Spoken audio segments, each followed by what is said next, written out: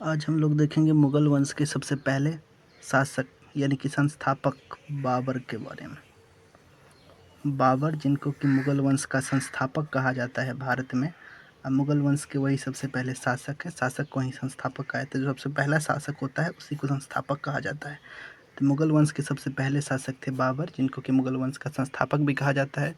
तो मुगल वंश के संस्थापक हो गए बाबर, उन्हीं के बारे में जानेंगे हम लोग। अगर उनके नाम के बारे में बात करेंगे, पूरा नाम, तो उनका पूरा नाम है जहीरुद्दीन मोहम्मद बाबर। जहीरुद्दीन मोहम्मद बाबर उर्फ बाबर। तो उनको हम लोग बाबर के नाम से जानते हैं, मतलब बाबर के नाम से प्रचलित है, लेकिन पूरा नाम उनका कभी कभी पूछा जाता है। जहीरुद्दीन मोहम्मद बाबर नाम है, याद रखना है, जहीरुद्दीन मोहम्मद बाबर। ठीक है। अगर इनके जन्म के बारे में बात करें तो इनका जन्म हुआ था मध्य एशिया में, एशिया महादेश, मध्य एशिया, जो कि वर्तमान उज्बेकिस्तान में पड़ता है।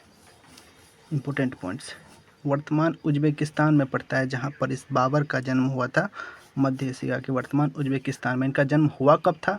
तो 14 फरवरी 1883 में, 14 फरवरी 1883 ईस्वी को इनका जन्म हुआ था। 1883 1483 में हुआ था। आई थिंक 1483 होगा, यहाँ थोड़ा गड़बड़ हो गया है शायद। हाँ, 1400 ही होगा, देख लीजिएगा। 1483 1483 में इनका जन्म हुआ था, 14 फरवरी 1483 ईस्वी में। इनके वंशज का अगर बात करेंगे तो किसके वंशज है? तो तैमूर और चंगेज खान के वंशज है। तैमूर और चंगेज खान, तैमूर और चंगेज खान के कौन सी वंशज? तैमूर और चंगेज खान के वंशज। कौन? बाबर, जो मुगल वंश के संस्थापक थे, बाबर वही। अब इन्होंने 1483 में इनका जन्म हुआ। उसके बाद 21 साल के जब ये हो गए तो 1504 ईस्वी में ये काबुल पर शासन कर लिए थे, काबुल को जीत लिए थे। कब? 21 साल की उम्र में 1504 ईस्वी में काबुल को जीत लिए थे। फिर 1507 में, 1507 ईस्वी में जब ये 24 साल के थे, तब ये कंधार को जीत लिए थे। अब दोनों जगह का बादशाह बन गया, राजा बन गया वहाँ का।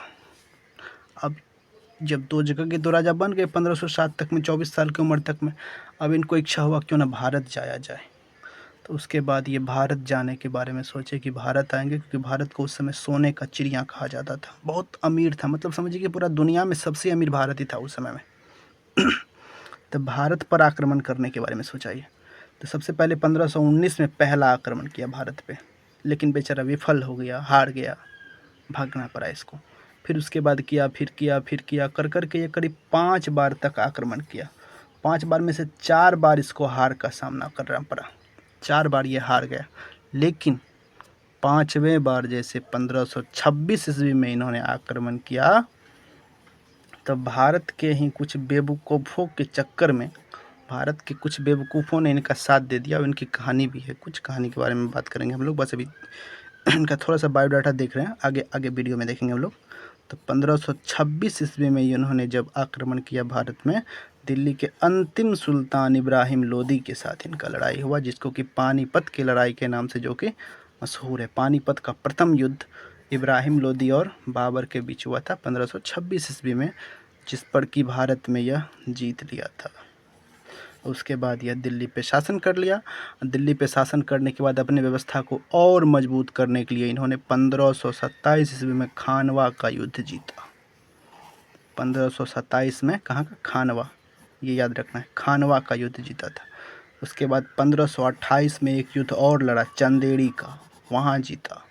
फिर 1529 ईस्वी में घग्गड़ का युद्ध जीता, घग्गड़। ये 3 युद्ध जीतने के बाद अपने शासन व्यवस्था को और ज़्यादा मजबूत बना लिया।